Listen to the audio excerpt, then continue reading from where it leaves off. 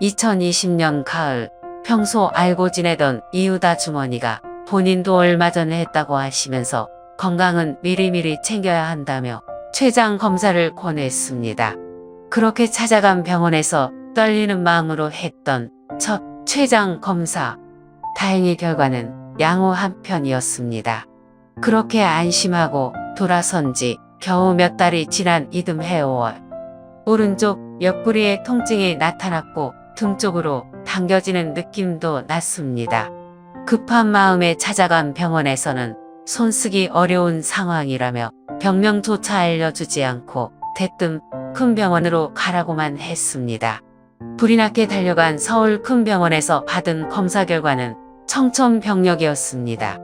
이미 병은 큰 단계까지 진행되어 있었고 복부 쪽에는 실을 뿌리듯 퍼져 있어서 수술조차 어렵다는 판정을 받았습니다. 그렇게 제게 내려진 시한부 선고.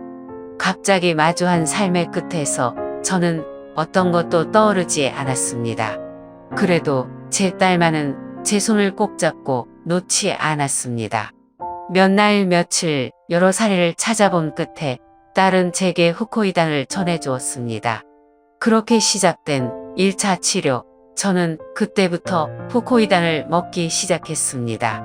다른 분들의 경험담을 들어보면 메스꺼움도 심하고 머리카락도 빠진다고들 했는데 저는 몇 번의 치료 중에 한 번도 그런 적이 없었습니다. 오히려 혈색도 좋았고 스스로 내 모습을 봐도 환자가 아닌 건강한 사람의 얼굴처럼 보였습니다.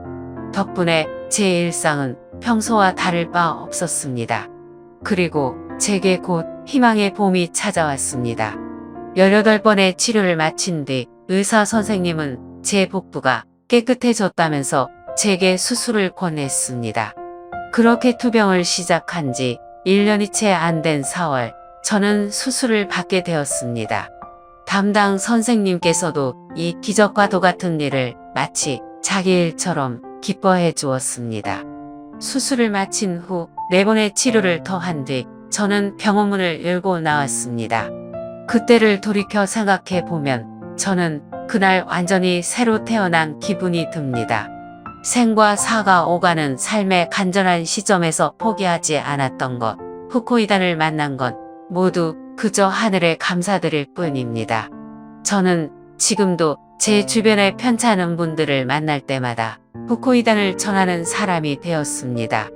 그 어떤 순간에라도 용기를 잃지 않고 희망을 품는다면 분명히 새로운 삶이 기다리고 있을 것입니다. 모두의 건강을 기원합니다.